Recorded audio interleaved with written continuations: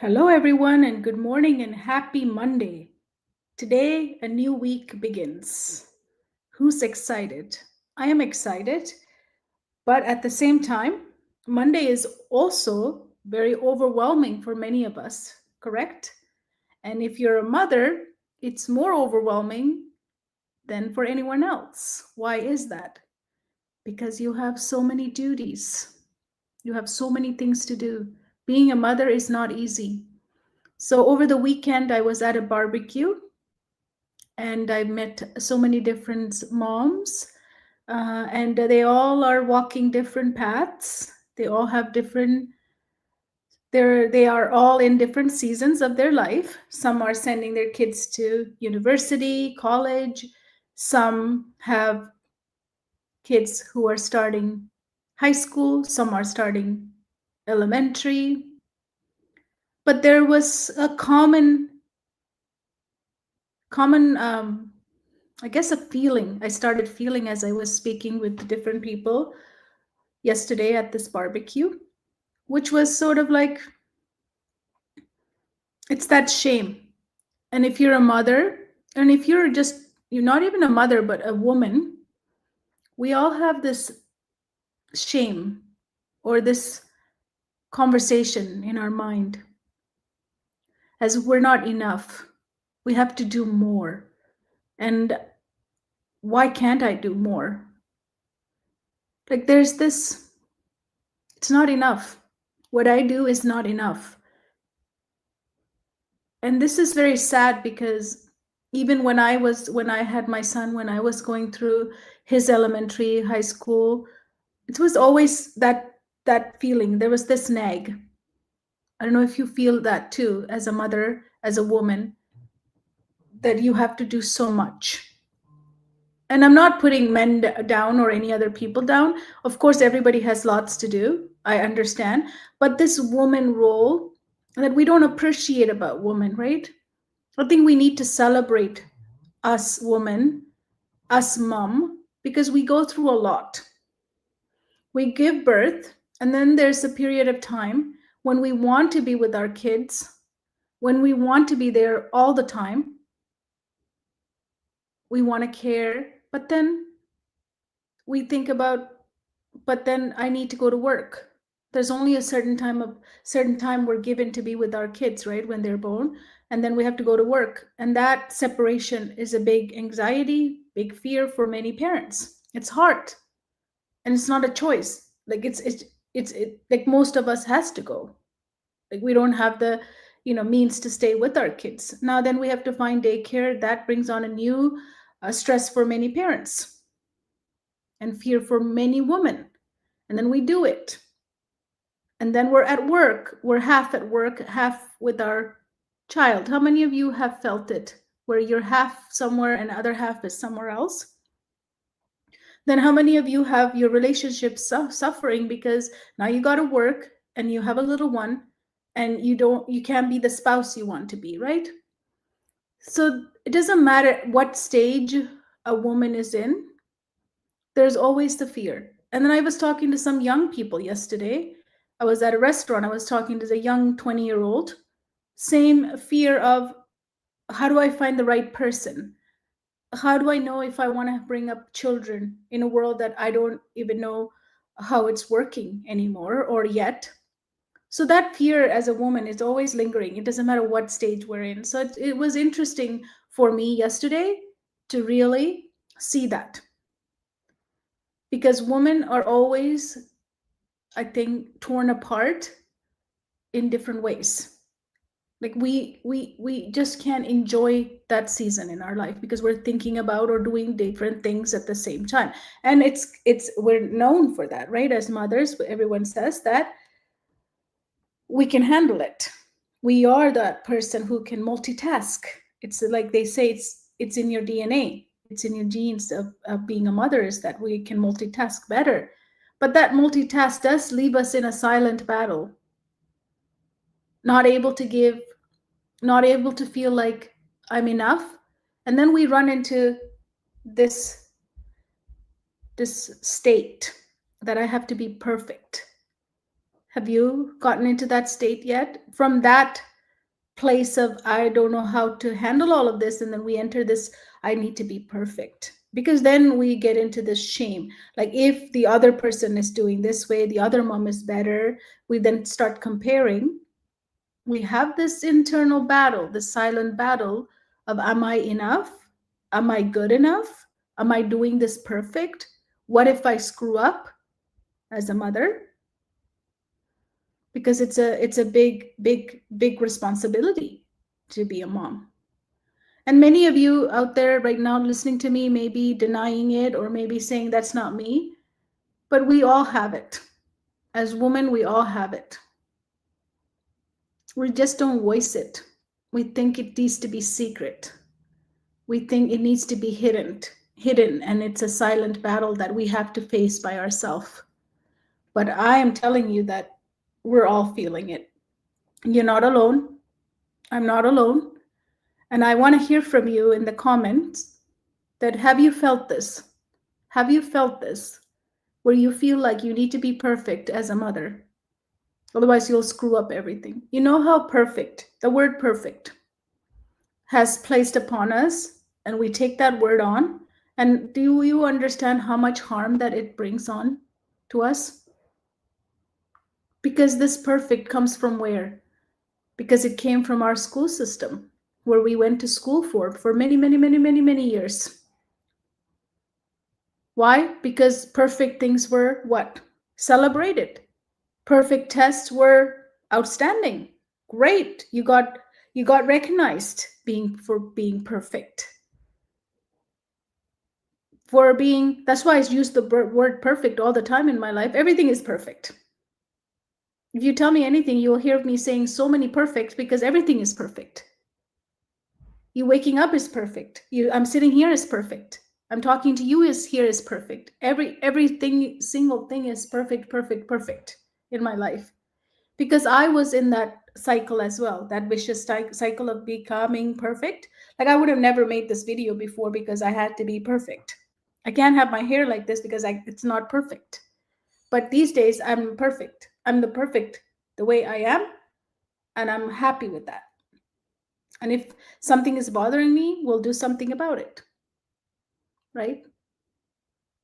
Blindly saying perfect is not what I'm saying. What I'm saying is, as you take steps, you have to say, I'm taking the perfect step. Because if I don't say I'm taking the perfect step, I won't take any step, because the perfect is a hostage. The word perfect is a hostage situation. I put myself in a hostage. I lock myself up into this perfect. Perfect to whom? Perfect to what? Perfect to, we don't know. Whose standard are we measuring against? What does perfect looks like? If you can explain to me, share it with me in the comment, because I like to know what perfect is. Because what's perfect for me is not maybe perfect for you. It's not perfect for someone else. But why do I care what's not perfect for someone else? I need to live my life. I need to serve my family and serve others the way that I think is happening. I have to take the steps. So how many of you are paralyzed by this perfect notion, and the fact that you talk to yourself that you're not a good mom or a good person because you're not there, you're not doing enough? That's something that we need to let go. So I do have something to offer, because I work on this every day on myself. I'm not talking from someone who hasn't experienced. Anything I talk and share with any of you is something that I went through or I've seen others gone through, because I have the opportunity in this world to serve over thousands and thousands of families and women and children. So for me, it's either me or others have gone through it. I witnessed it. This shame is not mine, right? It's never mine. It's something that I have been passed down, probably from our upbringing, or I packaged it because I looked for being perfect. And as I said, that comes from our education system. Everything needs to be perfect. What are we graded on? Being perfect. What were we told? Get it right. Well, that's perfect. So if we're always being marked for being perfect, of course I got to be perfect. When were you celebrated for taking a step and that was wrong, and somebody says that's perfect? Like yesterday, one young lady said to me, I'm afraid to take any more steps because I'm afraid of more failures. So she's comes from a system, which is our education system, where taking steps were never celebrated. Taking the right step is only celebrated. What about taking the steps to learn what's not working? I mean, in math, you get one answer, but to get there, you have hundreds of different ways you can get there. So this lady is afraid, this young woman is afraid to take her steps because she's taken enough and they were all failures. So I had to reframe for her that you need to think of those steps like everyone says, but it is failures are your steps. You have to look at it as what you can learn from it. I cannot tell you how many thousands of failures I have faced and thousands of failures I have faced in solving math problems. But I knew I can get to it. I just have to keep going. And I don't need to be perfect. I can take a different route. I can try it again.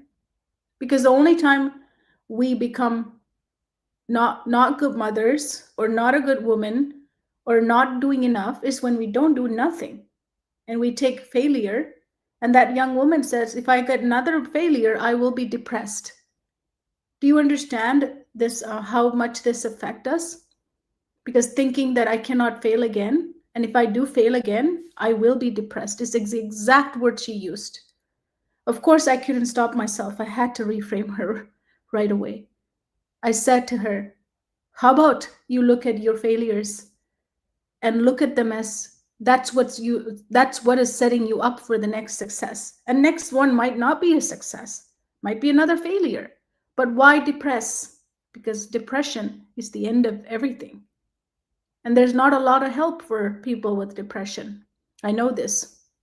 I see it with many people who are suffering with depression. There is not a lot of help. We don't help people with depression. They don't speak out loud. You only hear about it when they're in their life or when they're going through something hard, but otherwise it's a silent killer in our society. Depression is a silent killer. So this young lady said that to me yesterday, and I had to reframe and said to her, think of it as stepping stones, think of it as failures, as what can I learn from it? I know you heard this before, but it's really true. It has to be repeated. And stop looking for that perfect step. There isn't a perfect step. And if somebody says they're going to give you the perfect step, guess what? They're lying. Absolutely lying. There's a lot of people who lie just so they think that you think that they have the perfect step. They may have a perfect step for them. I believe that.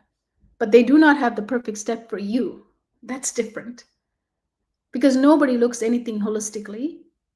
Nobody is looking at it as what works for you. Nobody's seen your life. Nobody asked you enough questions. So how can they say this is the perfect solution for you? It's a lie. It's a perfect solution for them or someone else, but could not be for you if they haven't done many steps that I just described. They haven't even asked you questions. Don't take any advice from people who don't ask questions. If they're not curious enough to ask about you, to figure out what's really going on, their advice is a blank statement. It's so generalized that you need to figure out what's going to work for you. And during that time, you're going to fail again. And that time you're going to say, oh, this doesn't work. But unfortunately, it's not working. It just doesn't work for you because they haven't asked enough questions and you haven't customized for yourself. So there's no blank advice. That's why I don't give anything to anyone. But what I'm really doing right now is not advising you. I'm just bringing up awareness. When I bring awareness, it's like opening doors. There's so many doors that you have not opened. I have not opened in my life. That's beyond our awareness. By being a great coach is to open up those doors that we have no idea they exist. And if I could open up those doors, then you can look through them. So if you're a woman trapped in perfectionism, think that I have to be a perfect mom, I have to be a perfect wife, I have to be a perfect woman so that I can be a perfect mom in the future, because a lot of kids are saying that. Young generation is saying this repeatedly. I have to be a perfect person before I have a kid. Can you imagine how much stress that puts on somebody? How can you be a perfect person before you have a kid? It can be. I became better person as I as I went through the journey with my kids. The journey is what teaches us to become a better person. Not perfect person, because I'm never will be one. And if someone says they're perfect, again, it's a lie. Because how can you be perfect? There's so much to learn, so much to grow, right? So here is a reframing thing that you can use if you're in this shame, if you're in this place of calling yourself like I'm not good enough, I need to be perfect more, or I need to perfect this more, and I need to do more. I'm not able to be a mom, right? Because a lot of us feel that because we have so much things to do in a day. I'm not able to be a mom because I have to work, I have to clean, I have to cook, or I have to shop. I'm alone. I'm single parent, right? I'm becoming the mom my child actually needs. So, do you know what actually your child needs? The mom that actually a child needs? Imperfect, human, and present. Whenever you're with your child, be present. Don't think about all the things you could be or should be doing with them. Just be present with them, and they'll feel your nervous system, and they will co-regulate with you, and you will feel how close and connected they'll be with you as well. But if you're worried, if you're beating yourself up, if you're like, I should be doing more, I should have done more, should have, who could have, would have, right? All of these things. If you're beating yourself up and you're with them, guess what they're receiving? They're not receiving you. They're not receiving your love. They're not receiving your connection. They're receiving the should and the would and the could. All of those things that you are suffering is what they're suffering. Isn't that crazy?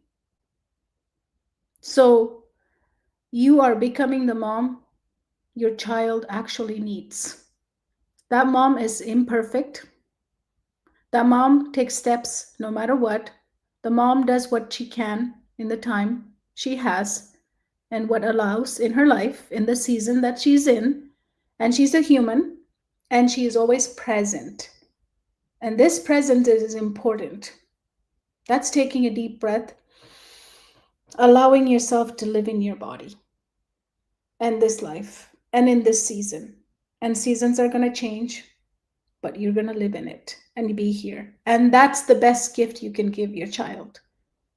So those of the woman I'm talking to, please respond to me. Please comment on this video, because I don't want to just talk as I'm the only one, or the people I've just met over the weekends are the only one feeling this. I know many of you are, and the silence needs to be broken.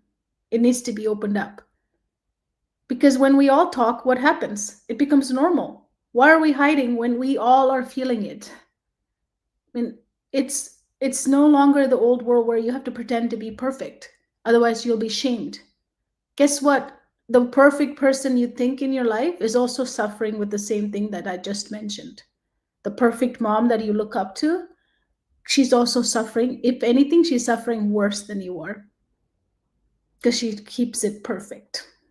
So there is no perfect. Don't try to be perfect. So what should you be? Imperfect, human, and present. I'll see you in the next video, and I hope I spoke to somebody out there today. This message speaks to you because it's really important that we open up. Thank you and have a blessed day.